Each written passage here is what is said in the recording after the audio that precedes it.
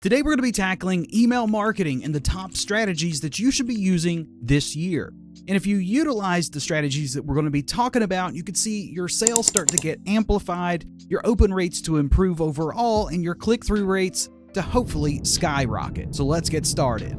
Email marketing has evolved tremendously over the years.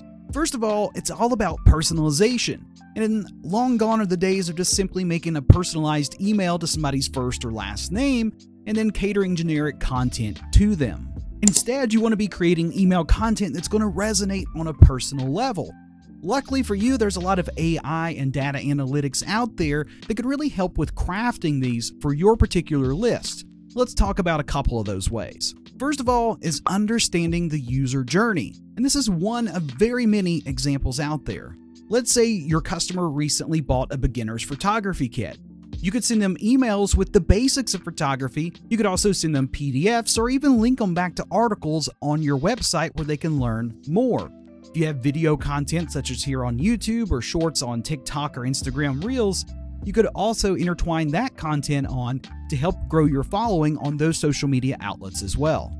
And the role with AI in this is that it can help you map out that customer's journey so it can help you get an understanding of where they are and what types of information needs to be sent out to them. So maybe it's 6 months to a year down the road, you could send out some type of follow-up email about how things are going. Maybe they've moved a little bit farther along in their journey and you have other products or services that would resonate well with them.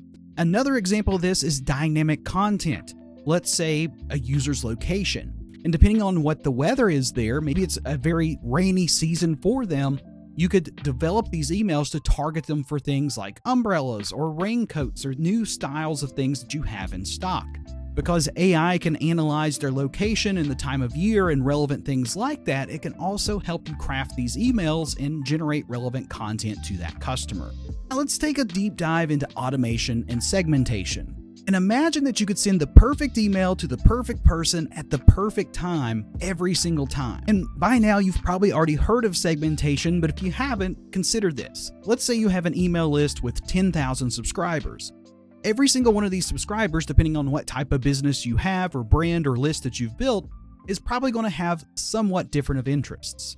So let's use a bookstore for example. I could take that list of 10,000 people and segment them into smaller lists of customers, authors, vendors, and maybe just like the media. Now, when I'm crafting certain types of emails to send out, say a press release, I wouldn't necessarily send that to my entire list, but I definitely want to send it to the media. Now, you could go a little bit farther with that with your customers and maybe add relevant tags or information of things that they're interested in. Every single book reader is going to read the same category, so you might have a category for horror, fiction, thriller, children's. Whatever those topics may be, you can segment those even farther. So one thing you could do is create an automated campaign for, say, a new Stephen King book that's dropping. And if you're going to be taking pre-orders, you could start an automated email chain process about, hey, there's this upcoming pre-order. The pre-order is here. Here's the release date for the book or any other special events you want to have happen. And send that out to that specific targeted group of people in your segmented horror list that might be most interested in buying that book. Now, let's talk about being mobile responsive, because whether we like it or not, the majority of our customers and users are going to find out about us on their mobile device first. But think about making the process as simple as possible for somebody tapping and scrolling versus somebody moving a mouse around and clicking. Have large photos that are clickable and have a text call to action on them, and make sure that the emails are scrollable. Most email software out there like Constant Contact and MailChimp are going to have that responsive mode where you can actually see what the email is going to look like in a mobile device, a tablet, or on a computer.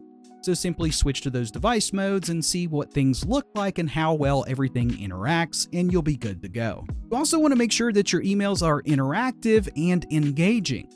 And there's a lot of different ways you can do that, such as having an enticing title to convince people to open it up, maybe having polls or links to other things within that email.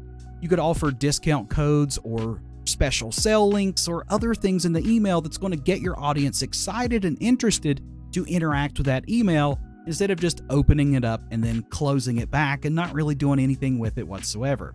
Now, let's say you've done all that, but it's still not really working. Well, now it's time to really take a deep dive into your data analytics leverage what those are telling you and make the necessary improvements to make things better. People aren't opening your emails. Maybe you need a better subject and subheading line to convince people to click.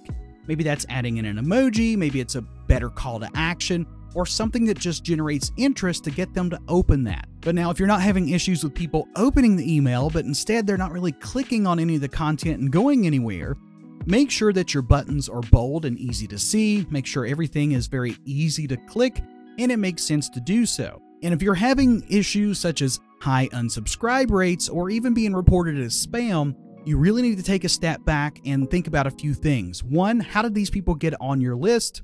Was you perhaps offering some kind of special incentive to get on the list and, maybe those people are just leaving because that incentive's gone and they don't want to continue getting your emails? Or are you just bombarding them with too many emails, or possibly the content just isn't relevant enough to them?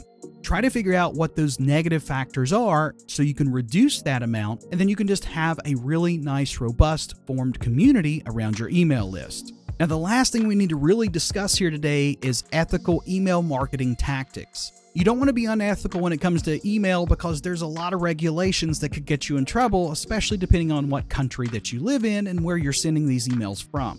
So basically, just don't add people to your list that you didn't have permission to add. Don't resubscribe people that already unsubscribed to your list. And don't be sending out things that are trickery or spammy or just make people feel uncomfortable. All those are unethical practices that could land you getting lots of unsubscribers. You could be reported as spam, or you could even have your email list taken away altogether if you don't really pull back on that. So basically, the best rule of thumb is don't do anything unethical with your emailing whatsoever. So just remember, the key is to keep evolving and keep being creative with your emails to see what works, what doesn't, and start creating more of what does actually work. Implementing all these strategies that we talked about today is going to set you up for success. And you might not see that right away. It might take some time to really get to where you want to be, whether that's with your open rates, your click-through rates, your conversions, or whatever the goals is for your lists. But I will say, if you did enjoy these insights and learned a little something today, then definitely be sure to subscribe to the channel so you can stay up to date with more content as it comes out over the coming weeks. But until next time, keep innovating. I'll catch you in the next video, and as always, be sure to create something new today.